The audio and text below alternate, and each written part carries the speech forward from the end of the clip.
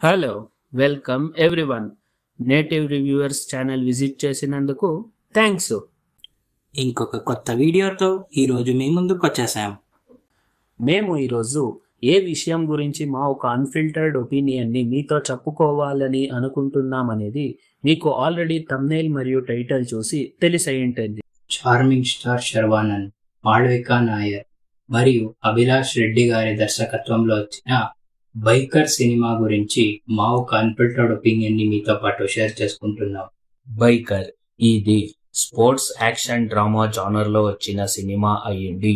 ఈ cinema starting లో ఒక ఇంట్రెస్టింగ్ వేతోనే స్టార్ట్ అవుతుంది. తరువాత ఫ్లాష్ బ్యాక్ పోర్షన్ ని కూడా ఒక మంచి స్క్రీన్ ప్లేతో తీసుకెళ్లారు. ఇంటర్వెల్ బ్లాక్ కూడా ఒక డీసెంట్ గానే అనిపిస్తుంది. సెకండ్ హాఫ్ కూడా ఒక 10 to 20 minutes బాగానే ఉండి తర్వాత స్టోరీ మూవ్ కాకపోవడంతో ఎక్కడో కొంచెం ల్యాగ్ అని ఫీల్ అవుతుంది. తర్వాత యాజ్ యూజువల్ ఎక్స్పెక్టెడ్ క్లైమాక్స్ ఉన్నా కూడా ఇది ఒక అబౌవ్ యావరేజ్ సినిమా అన్నదే మా ఒక అన్ఫిల్టర్డ్ ఒపీనియన్. బైకర్ ఈ సినిమా స్టోరీ విషయానికి వచ్చేటైతే, సునీల్ నారాయణ్ మరియు వికాస్ నారాయణ్ తండ్రి కొడుకులు తన రేసర్ అవ్వాలి అన్న ఒక కలని నెరవేర్చడానికి బయలుదేరతారు.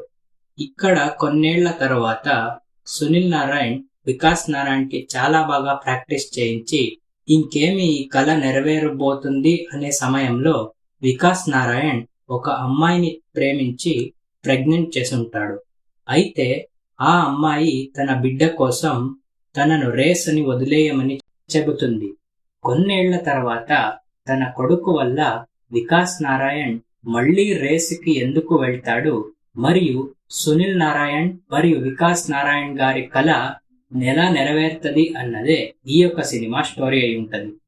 ఇంకా ఈ సినిమా క్యాస్ట్ విషయానికి వచ్చేటైతే మెయిన్ లీడ్ రోల్ హీరోగా ప్లే చేసిన శర్వానంద్ గారు యాజ్ యూజువల్ తమకి ఇచ్చిన క్యారెక్టర్ కి పర్ఫామ్ చేసి చాలా బాగానే జస్టిఫై చేశారు. ఎస్పెషలీ ఒక స్పోర్ట్స్ ఎంతూజియాస్ట్ గా ఇది వాళ్ళ ఫస్ట్ క్యారెక్టర్ అవ్వడంతో దాన్ని చాలా బాగానే పర్ఫామ్ చేశారు అన్నదే మా ఒక అన్ఫిల్టర్డ్ ఒపీనియన్. ఇంకా ఈ సినిమా ఫీమేల్ లీడ్ అయిన మాళవిక నాయర్ గారి విషయానికి వచ్చేటైతే, వాళ్ళు కూడా క్యారెక్టర్ కి మంచి స్కోప్ ఉన్న క్యారెక్టర్ ని ప్లే చేసి చాలా బాగా పర్ఫామ్ చేసి జస్టిఫై చేశారు అన్నదే మా ఒక అన్ఫిల్టర్డ్ ఒపీనియన్. ఇంకా ఈ సినిమాలో కీ రోల్లో ప్లే చేసిన రాజశేఖర్ గారి విషయానికి వచ్చేటైతే ఒక ఫాదర్ రోల్లో ప్లే చేశారు.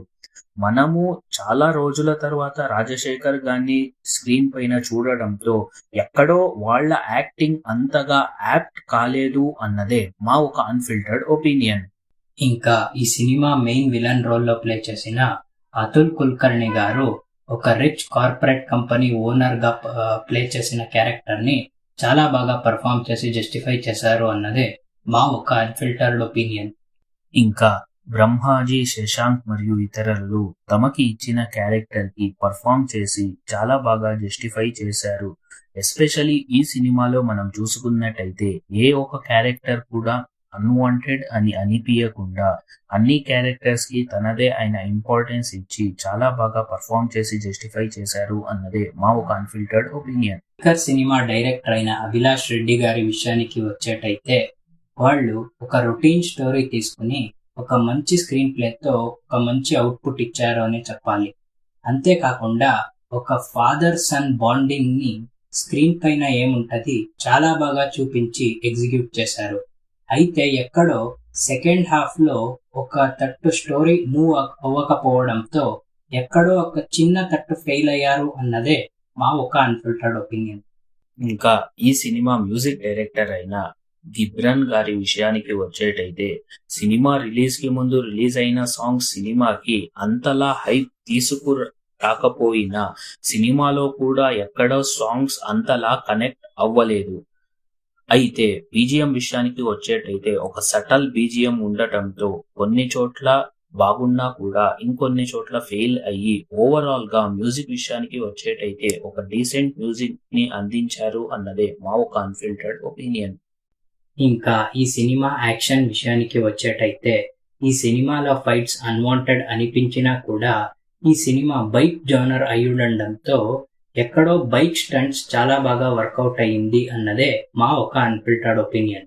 బైకర్ సినిమా చూసిన తర్వాత మాకు అన్ఫిల్టర్డ్ గా అనిపించింది ఏంటి అంటే, ఇది ఒక స్పోర్ట్స్ జానర్ లో వచ్చిన సినిమా అవ్వడంతో ఈ ఒక స్టోరీ ఏముంటది, ఇది రొటీన్ అయినా కూడా ప్రెజెంట్ మరియు పాస్ట్ ని బ్లెండ్ చేయడంలో డైరెక్టర్ గారు సక్సెస్ అయ్యారు అనే చెప్పాలి.